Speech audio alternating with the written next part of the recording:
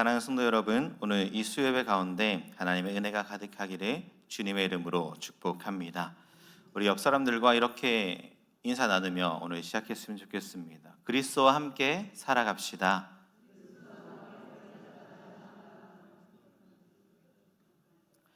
사랑하는 성도 여러분, 우리의 인생은 누구와 함께 살아가느냐에 따라서 무엇을 위해 살아가는가, 그것에 따라 우리의 삶의 모습은 완전히 달라질 것입니다.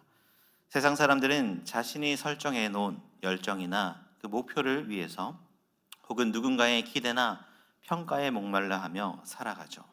하지만 그리스도인 곧 복음을 받아들인 우리 믿는 자들은 예수 그리스도와 함께 살아가는 자로 우리를 불러주셨음을 꼭 잊지 않아야 하죠. 그렇다면 그리스도와 함께 살아간다라는 이 말은 무엇을 의미할까요? 이것은 단순히 주일마다 교회에 출석하고 기독교적인 언어를 사용하며 또는 도덕적으로 바르게 살아가는 것, 그것을 의미하는 것이 아닙니다. 그리스도와 함께 살아간다라는 것은 나의 삶의 전체가 그분과 함께 죽고 그분 안에 다시 살아나며 이제는 내가 살아가는 것이 아니라 예수 그리스도께서 사시는 것이다 라는 것으로 우리는 살아가야 하죠. 이 고백은 오늘 우리가 보고 있는 갈라디아서 2장 20절의 말씀에 바울이 우리에게 고백해 주는 그 고백의 선언입니다.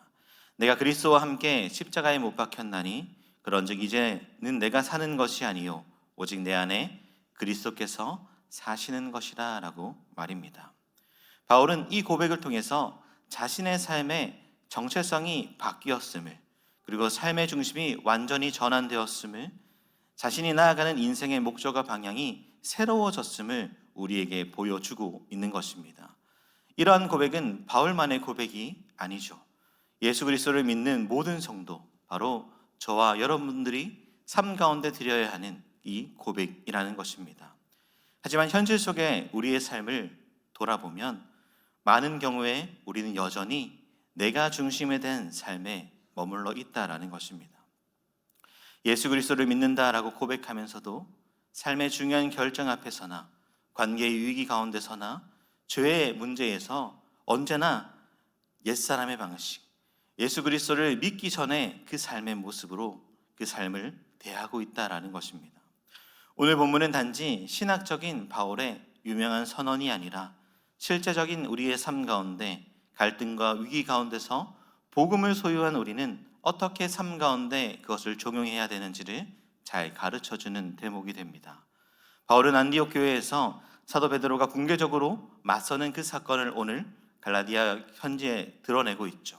이방인들과 자유롭게 교제하던 베드로가 예루살렘에서 온 유대인 그리스도인들을 보고 눈치를 보며 그 식탁의 교제를 회파해 버린 것입니다. 그 행동의 이 문제는 단순히 문화적인 문제를 넘어서 그 복음이라는 그 자체를 흔들어 놓는 모습이 되었습니다. 그래서 갈라디아서 2장 14절의 말씀을 보면 그들은 복음의 진리를 따라 바르게 행하지 아니하므로 라고 바울은 말하고 있는 것을 보게 됩니다. 그렇다면 바울은 오늘 이러한 질문 가운데 우리에게도 중요한 질문을 하나 던져줍니다. 그것이 무엇이냐면, 그렇다면 복음의 진리에 합당한 삶이 무엇인가? 그리스도와 함께 살아가는 삶은 어떠한 삶인가 하는 질문입니다. 오늘 우리는 이 질문 앞에 한번 서보고자 합니다.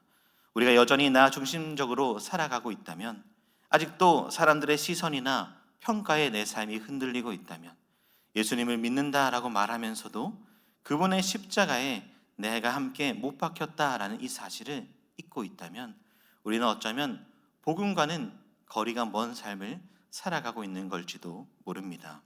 사랑하는 성도 여러분, 오늘 말씀을 통해서 바울의 이 고백이 우리의 삶의 고백으로 올려지기를 소원합니다. 이제는 내가 사는 것이 아니라 내 안에 그리스도께서 사시는 것이다 라는 이 고백이 우리의 모든 삶을 주장해 가시기를 주님의 이름으로 축복합니다. 그럼 이제 그리스도와 함께 사는 삶의 구체적인 이 세 가지의 모습을 살펴보며 은혜를 나누고자 합니다. 첫째는 그리스도와 함께 죽은 자로 살아야 한다라는 것이죠. 오늘 본문 20절의 전반부를 보면 바울은 이렇게 고백하고 있습니다. 내가 그리스도와 함께 십자가에 못 박혔나니 라고 말입니다. 이 짧은 한 문장이지만 바울의 이 신앙의 핵심을 담고 있는 것이죠. 이 고백 안에 바울의 인생 전체가 담겨 있는 것입니다. 그의 과거가 어땠습니까? 그는 열심으로 율법을 지키며 살았던 사람입니다. 그 율법을 지키는 것을 자신의 의로 여겼던 사람이죠. 그러나 다메섹 도상에서 부활하신 예수 그리스도를 만난 이후에 그의 삶은 완전히 바뀌게 되었습니다. 그때 그는 깨달았던 것입니다. 내가 지금까지 붙들어 왔던 그 삶, 그 모든 자랑들은 다 하나님 앞에, 이 복음 앞에 배설물과 같다라는 것을 말입니다. 그리고 그는 오늘 이렇게 고백하죠. 나는 죽었고 더 이상 내가 주인된 인생을 살아가는 것은 끝났다라고 말입니다. 나는 그리스도와 함께 십자가에 못 박힌 자가 되었다라고 말하는 것입니다.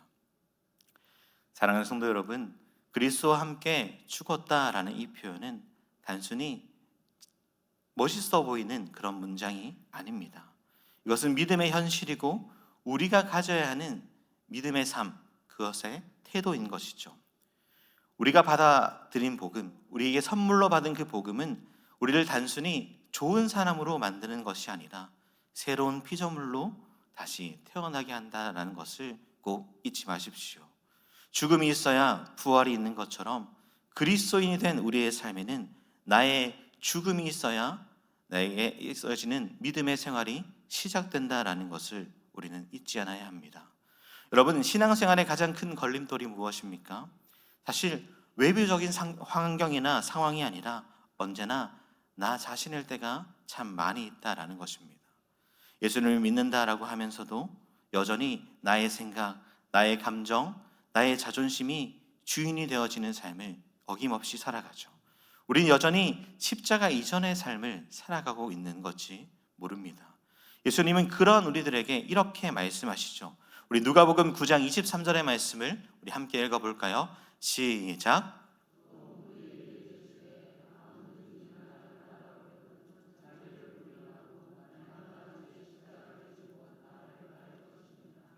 아멘. 이 말씀은 단순히 어려움을 참으라 라는 말이 아닙니다. 내 중심으로 살았던 이 옛사람의 모습을 매일 십자가에 죽여야 한다라는 말씀이죠. 사도 바울은 이 죽음을 통해서 진정한 자유를 얻었던 사람입니다. 율법에서부터의 자유와 사람들의 평가로부터의 자유와 세상의 가치로부터 자유를 얻었던 사람이죠. 그는 이제 어떠한 상황에서도 이 복음으로 인해서 담대하게 나아갈 수 있는 자가 되었습니다. 우리는 많은 서신들을 가운데서 그의 모습을 확인할 수 있죠. 그는 감옥에 있어서도 기뻐했었고 핍박을 받을 때에도 하나님을 찬송하는 자였습니다.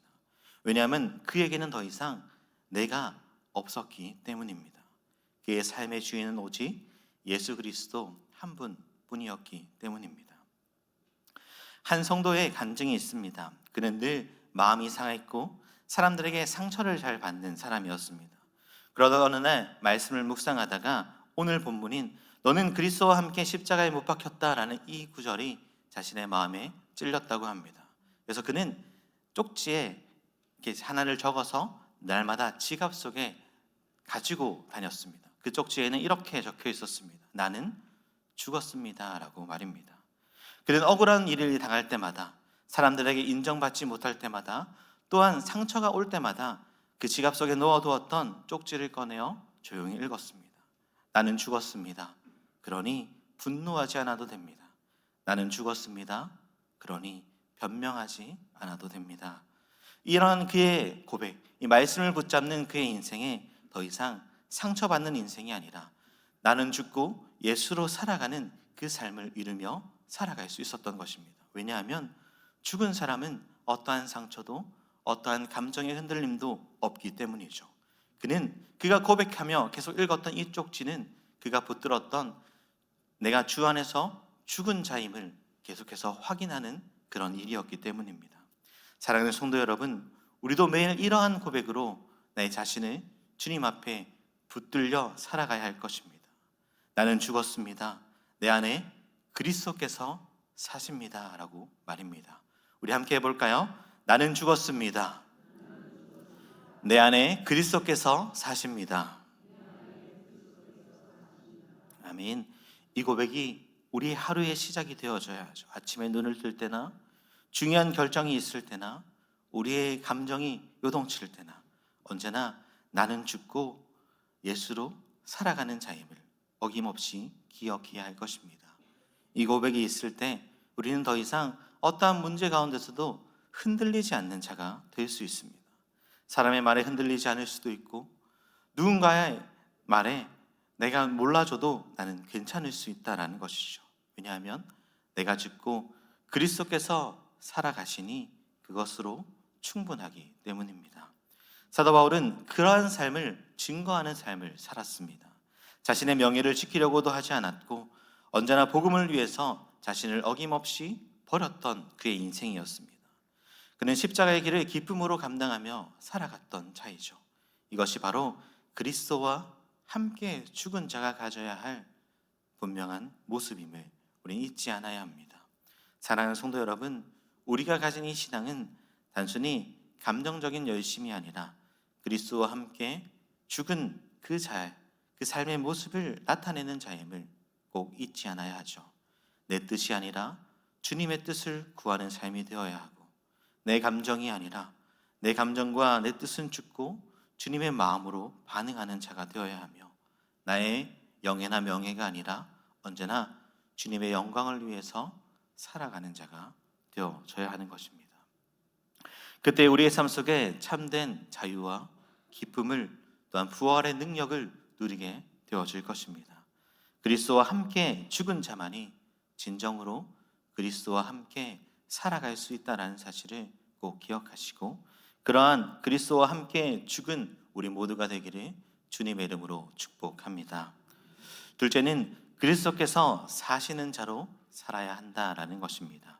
우리 오늘 본문 20절의 중반절을 보면 바울은 이렇게 고백하죠. 우리 함께 읽어볼까요? 시작.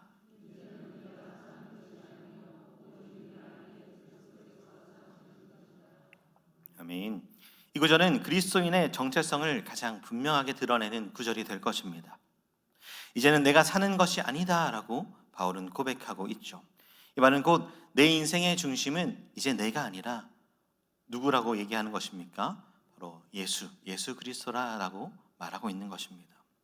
바울은 더 이상 자신이 삶의 주인이다라고 여기지 않습니다. 그리스도께서 자신의 마음과 삶의 중심에 거하신다라고 고백하는 것이죠. 사랑하는 성도 여러분, 신앙생활의 이 본질은 예수님을 닮아가는 삶, 그것을 추구하기 이전에 예수님 안에 사는 삶이 먼저 되어져야 합니다. 우리가 아무리 열심으로 예수를 따라 노력하는 것도 중요하겠지만 더 근본적인 것은 내 안에 나의 삶의 주권을 주님께 드리는 것이 먼저다라는 것을 꼭 잊지 마십시오.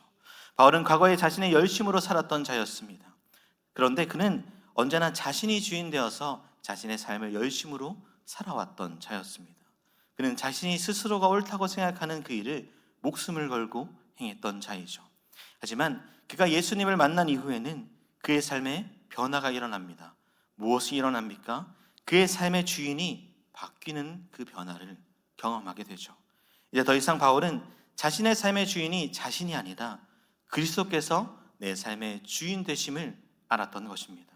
우리가 예수 그리스도를 믿는다라는 것은 그저 일주일에 한 번 교회에 나와 예배 드리는 것으로 그치는 것이 아닙니다.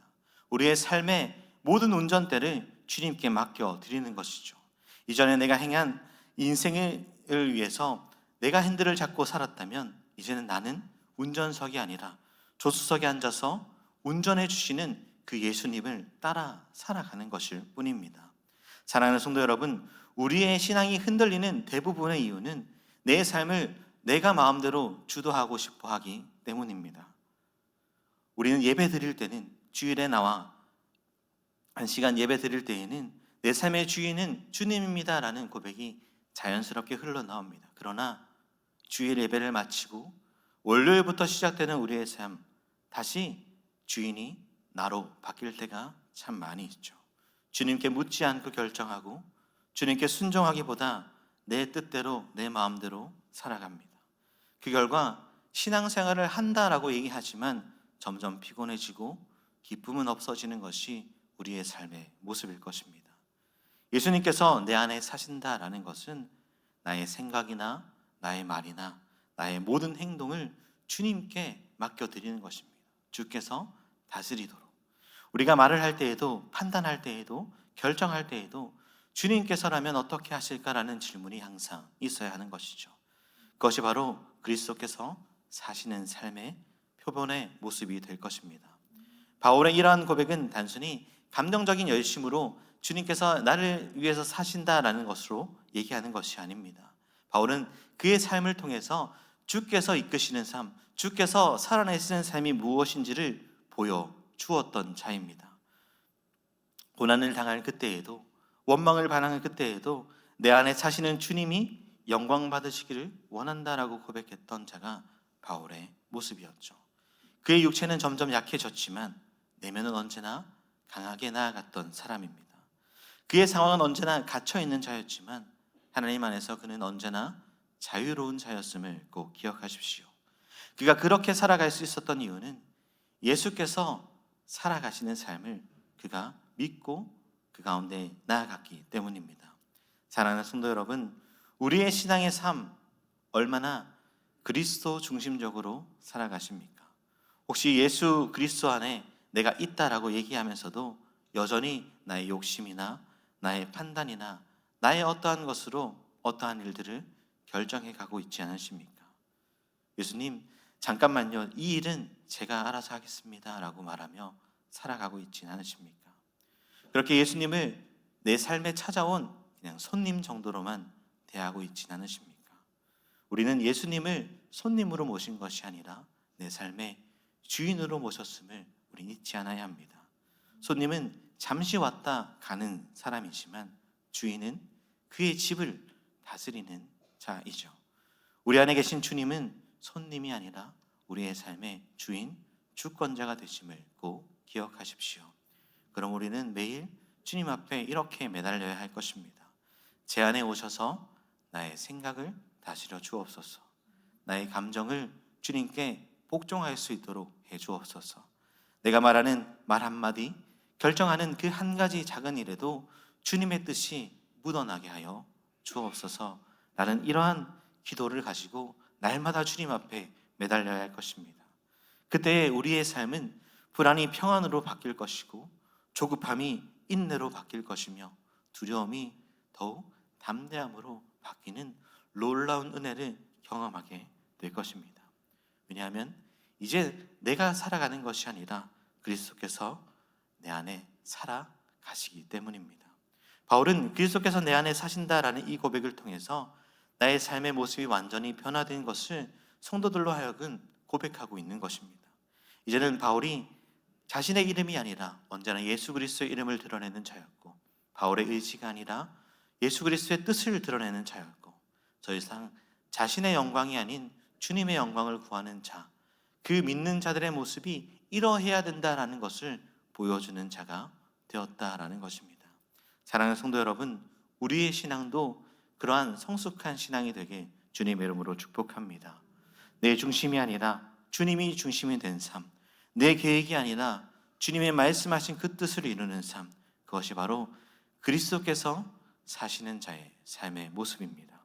오늘 이 예배를 통해서 우리에게 기억되어져야 되는 것은 이제 내가 사는 것이 아니라 오직 내 안에 그리스도께서 사신다라는 이 고백이 남아있기를 주님의 이름으로 축복합니다. 마지막 셋째는 하나님의 은혜를 헛되이 하지 않아야 한다라는 것입니다. 우리 21절의 말씀을 함께 읽어볼까요? 시작.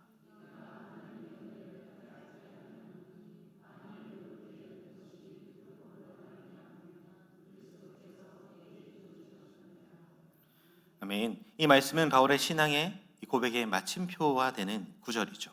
그 인생의 방향을 결정짓는 선언인 것입니다. 그는 하나님의 은혜를 헛되이 하지 않겠다라고 고백하고 있는 것이죠. 사랑하는 성도 여러분, 은혜란 무엇입니까? 은혜는 받을 자격이 없는 자에게 베푸시는 하나님의 일방적인 사랑이 됩니다. 우리는 결코 노력으로 그것을 얻을 수 없죠. 율법의 행위로나 도덕적 열심으로나 어떤 것으로도 하나님 앞에 설 수 없습니다. 우리 예수 그리스도의 그 십자가, 그분의 피 흘리심만으로 우리는 그분 앞에 서게 되는 것입니다. 바울은 그 사실을 너무나도 잘 알고 있었습니다. 그래서 그는 이렇게 고백하는 것이죠. 그리스도께서 나를 위해서 죽어주셨고 그분이 나를 대신해서 십자가에 못 박혀 주셨다. 그렇다면 내가 어떻게 그 은혜를 헛되이 하며 살아갈 수 있겠는가라고 말하고 있는 것입니다. 하나님의 은혜를 헛되이 하지 않는다라는 것은 하나님의 그 은혜, 주신 그 은혜를 값싼 것으로 만들지 않겠다라는 것을 얘기하는 것이죠. 예수님은 나를 위해서 죽으셨는데도 여전히 나는 내 힘으로, 내 의지로 살아가는 것, 그것이 바로 은혜를 헛되이 하는 자의 삶의 모습임을 우리는 잊지 않아야 합니다. 한 부모의 이야기가 있습니다. 어느 아버지가 자녀를 좋은 대학 보내기 위해서 밤낮으로 열심히 희생하며 그 자녀를 위해서 열심히 노력했습니다. 결국 자녀는 그 꿈을 꾸는 그 대학에 갔지만 그 자녀는 그곳에서 자신의 꿈을 펼치고 열심히 공부하는 것이 아니라 놀기 시작하고 수업도 빠지게 되고 방탕한 삶을 살았습니다. 그러한 모습을 본 아버지는 딸에게 이렇게 얘기하는 것이죠. 내가 너를 위해 흘린 땀이 헛되지 않게 해달라라고 말입니다. 사랑하는 성도 여러분, 이 이야기가 바로 우리를 향하신 하나님의 마음이 아닐까 생각해 보았습니다. 내가 너를 위해서 십자가에 피 흘린 그 피가 헛되지 않게 살게 원한다라고 말하는 것 같았기 때문입니다. 하나님의 은혜는 값없이 주어지지만 그 은혜는 결코 값싼 것이 아님을 꼭 기억하십시오. 십자가 위에서 자신의 하나뿐인 아들의 생명을 죽이시고 가장 값비싼 희생을 치른 결과로 우리를 살려주셨다라는 사실입니다. 그것을 알았던 바울은 그 은혜를 헛되이 살아가지 않겠다라고 고백하고 있는 것이죠. 그는 이제 인생의 목적을 자신의 이름, 자신의 명예, 성공이 아니라 은혜에 합당한 삶을 위해 살아가는 자가 되었다라는 것입니다. 사랑하는 성도 여러분, 우리의 삶도 마찬가지입니다. 우리가 구원을 받은 이유는 단지 죽어서 천국 가기 위함이 아니라 그 은혜 가운데 세상에 드러내기 위한 삶, 오늘날에도 예수 그리스도를 나타내는 삶을 위해서 살아가는 자들이 되었음을 꼭 기억하십시오. 그래서 바울은 다른 서신서에서 이렇게 고백하고 있는 모습을 발견하게 됩니다. 고린도전서 15장 10절의 말씀을 우리 함께 읽어볼까요? 시작.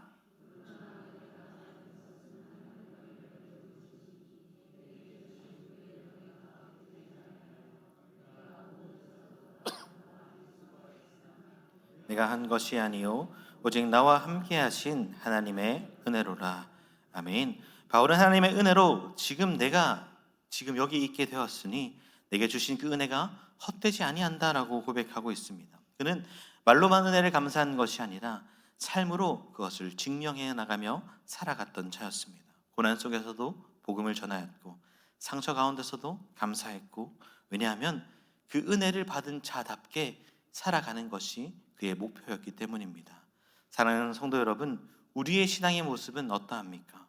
혹은 우리는 주님께 은혜를 받았음에도 그 은혜를 잊은 채 여전히 세상의 기준과 세상의 가치로 나의 삶을 잣대 매기며 살아가고 있지는 않으십니까? 기도와 예배, 섬김의 그 사랑의 자리를 소홀히 여기고 예수께서 흘리신 그 피를 당연히 우리에게 주어야 하는 은혜로 여기고 있지는 않으십니까? 오늘 이 말씀 앞에 우리는 다시 한 번 더 우리의 마음을 결단해야 합니다. 제가 주님의 은혜를 헛되이 하지 않는 삶을 살아가게 하소서. 주님의 은혜를 헛되이 여기지 않는 그런 인생이 되게 하소서라는 그 결단이 있어야 하죠.